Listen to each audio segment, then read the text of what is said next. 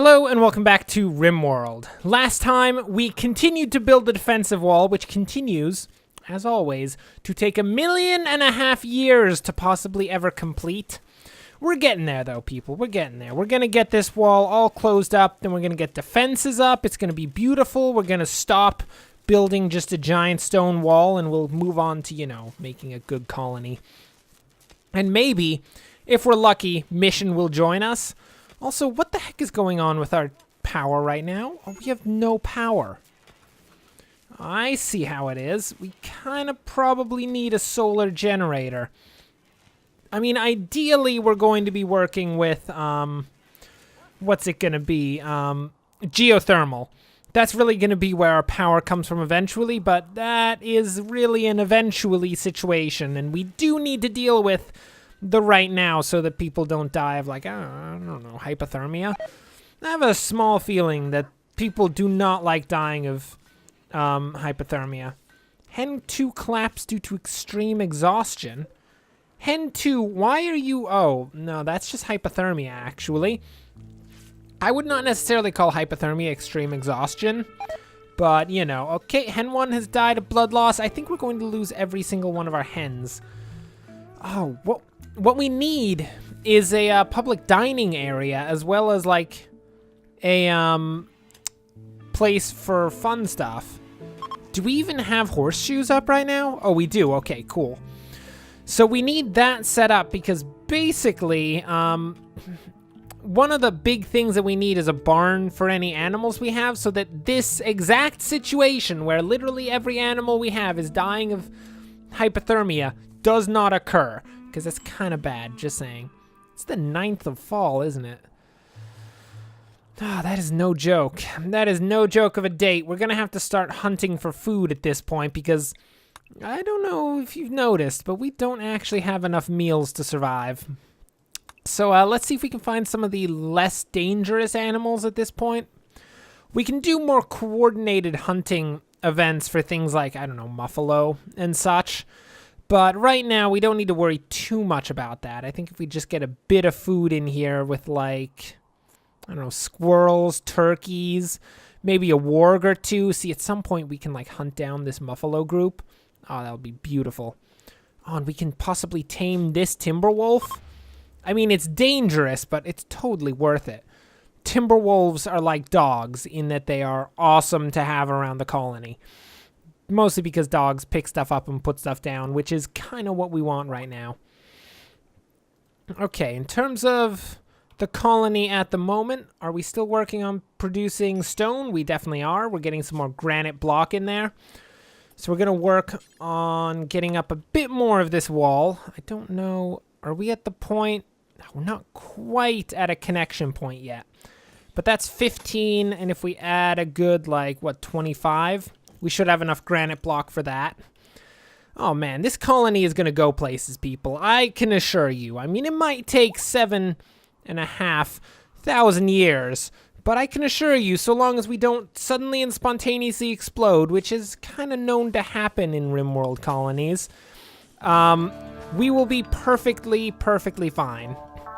And with all the stone that we're going to be putting in, I'm pretty sure wildfires will no longer be an issue. That's kind of the long-term goal. You would think that the wind situation in this game was like, I don't know, flying off in a spaceship or something, but the wind situation is really more of not lighting on fire anymore, because lighting on fire actually tends to be a very common method of colonial destruction. So I'm just currently setting all of the home areas to inside of this wall, because that's exactly what we want our home areas to be. Frankie and I think Cherie also are working on the construction, and we'll just... Animal starvation?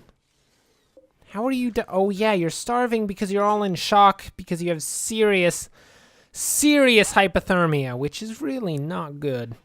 It's very bad, actually. Let's actually set up maybe... Where can we set up, like, a little space for these guys? In the dining room.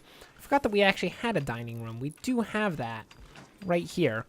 So we just set up a few animal sleeping spots in the dining room. and ideally get rid of all of these animal sleeping spots, just so that we can get these guys from what is obviously a seriously cold area into potentially a place where they won't immediately die. Because I feel like the immediate death of chickens is, one, not at all supported by PETA, and secondly, not at all helpful to the colony overall. I mean, having more chicken eggs would be quite nice. Fertilized chicken eggs, not so much. I feel like fertilized chicken eggs are not really the most, I don't know, appealing form of food in the world, because I don't know about you, but I don't think eaten a legitimately fertilized chicken egg, mostly because that'd be disgusting, because there'd be like a little chicken in there, which is actually a legitimate thing. There can be like little chickens and chicken eggs, and you like crack them open into your pan, and there's just like this, it's like half-formed chicken, and you're like, well, I am not eating this meal anymore. And then you go like, I don't know, slam your head against the wall because you just realize that you've been like eating the eggs of chickens, which actually isn't that bad because usually they're not fertilized and there isn't a partially formed chicken inside of them. Actually, most chicken eggs are completely unfertilized and would never turn into a small chick, even if you didn't, like, I don't know, rip it from underneath a chicken and eat it. But wow. Okay. That entire description of chicken eggs just made it sound like I'm a lot more aggressive towards eating chicken eggs than I actually am. I have no particular issue with eating any form of egg, actually. That's not true. Don't eat frog eggs. I just feel like frog eggs would not be appetizing at all. Please don't do it. No, they'd be all squishy and kind of gelatiny, and normally, you know, it's kind of... Well, you know, on the other hand, it could kind of be like tapioca. Yeah, I'm going to stop talking about eating random types of eggs, and we're going to just work on our colony, because me talking about eating random types of eggs is starting to freak me out. So, overall, the colony's doing pretty well. We have a bunch of just eggs everywhere. Just so many chicken eggs. And how did we get 5 chickens? I thought we only had 4. I thought one died. Did one die? No, I don't... Oh, yeah, 2 of them. No, those are just roosters. We did that on purpose. By the way, how poorly off are these chickens? They're pretty bad. This one has lost its beak, tail, left foot, right foot, and apparently both of its legs and its head are suffering from frostbite, which seems to be a general story with a lot of these chickens. Yeah, I get a strange feeling that they're not going to make it. So those 2 chickens can survive, but we are going to euthanize the other 3 chickens, because in essence their entire body has succumbed to severe frostbite, which I feel like it's better that we kill them and eat them than let them continue to survive in such a terrible state. I don't think any of our other animals have serious injuries. No, not really. We are perfectly fine. Wait. What about this animal? Wait. This animal. Cherie? She's got gutworms. That's the only issue. Our peasant animal has gutworms, which is kind of unfortunate. But Cherie, I swear, eventually maybe we'll fix the gutworms in you if we feel like it's enough of an issue to actually fix our peasants. I'm not certain that that's a thing. Okay. So we've got a bit of food on us. Actually, very little food. We should probably work on gathering some of these berry bushes just to get some berries into our food store, which I feel like is going to be kind of helpful given the tiny quantity of actual food we have. And man, it is cold. Is it a cold snap right now? It is not. I think we've just landed in a place that is really, really cold, which is not really ideal in the end, but you know, I'm pretty sure as a colony we can survive this. It's arguable. Very questionable, actually, as to whether or not we can survive this. Frankie, I hope you've written a will in which you gave everything to Rambo, because, you know, in this feudal system, all wills have to be made out to the king/queen.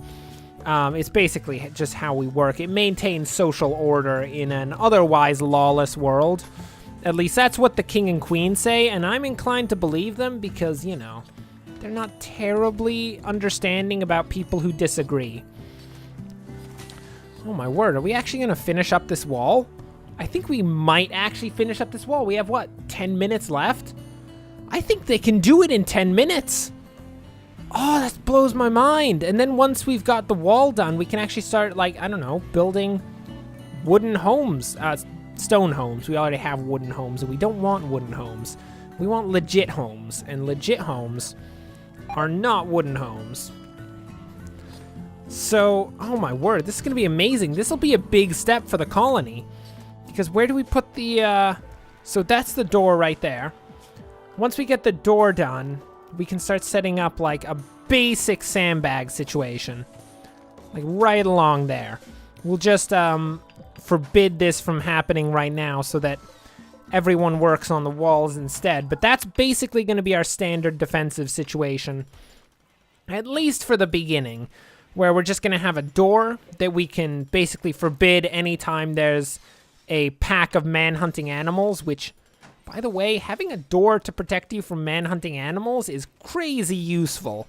Because apparently animals don't actually break down doors unless they are specifically chasing someone, which is quite nice. So we'll have a nice door out here to protect against man-hunting animals, sandbags so that we can fight off pirate raids or tribal raids or whatever form of raid shows up, because I don't like raids. I like to remain actually very nicely, happily not being killed, which is not a thing that happens during raids. Is that chicken? Oh, right. We killed all the chickens with the serious injuries. I forgot about that. I just thought that was one of the chickens that, like, didn't have any feet just walking around, which would be terrible because they'd basically be walking around on stumps. But no, that is a fully functional chicken there, which is pretty good. Hopefully it'll give us a bunch more eggs and we can just have eggs all day long and all night long and basically for the rest of existence. Oh my word, look at that. Well, people, I think that we can declare it right now. We have 42 granite blocks and we have, what, 10, 20, 30, 40. 40 granite blocks worth of walls to finish. We have completed the defensive wall, people. We are now completely enclosed within a wall of stone. Officially, the Rambonian monarchy can call themselves the greatest people in the world, outside of anyone who has more guns than us, which is basically everyone, because we only have 3 guns. Mission, are you ever going to join the colony? He's got a recruitment difficulty of 87. He seems pretty happy. I mean, his only issues is he's in a little bit of pain. Not a clue why that's the case. He's imprisoned, which is, you know, that's just going to happen. He's a pessimist and he's naked. I feel like that's enough to get people to... Oh, he's got asthma. I don't know if we want an asthmatic peasant. That doesn't sound good. Oh my word, look at all this. Look at all that brick. Oh my word, how much is that? 243 brick. Oh man, that's really gonna work for the conversion of like this wooden stuff. Oh man, once wood is obsolete, it'll be amazing. We won't have to worry about alpha beavers. That doesn't mean we won't kill literally every single alpha beaver we see. Look at this, an alpha beaver. How did it survive? How is there only one alpha beaver? Is there another one out here? Oh my word. Huh. Well, he's gonna have to die. He is really and truly certainly going to have to die. Who's gonna kill him? Igor, do you want to kill it? Did you just eat a chicken egg? Oh, are you serious? A distant chemical fire has released a plume of poison over this entire region. Any person not under a roof will be slowly sickened. Oh, life can't be easy, can it? Just can't be easy. You know, you think, oh, this is gonna be okay. We're just finishing up the defensive wall. We're gonna get some food. It's gonna be great. And then life just decides to, I don't know, toxic fallout. Amazing. We're gonna set up some roofs over major walkways now, and that should be fine. Oh my word. Can't have nice things, can we? Never. RimWorld does not like giving us nice things. So that should protect everyone from the toxic fallout, assuming that they actually build that roof. Yeah, Frankie. Good job, Frankie. I love your go-getter attitude about protecting everyone from toxic fallout. Of course, all of our animals are going to die because they are very stupid and generally do not actually hide under the roofs and such. So, it's just a small thing. It looks like the defensive wall is actually almost legitimately complete. That is beautiful. Great job, people. We are now a legitimate force in the world, and we can protect ourselves against 3 or 4 wargs, which is generally, I guess, criterion for being a powerful force in the world. Igor, come on, get mission in here. 0.5. Mission. This is not that hard. Life is difficult out here, I understand, but you can deal with it. Come on. I don't even know.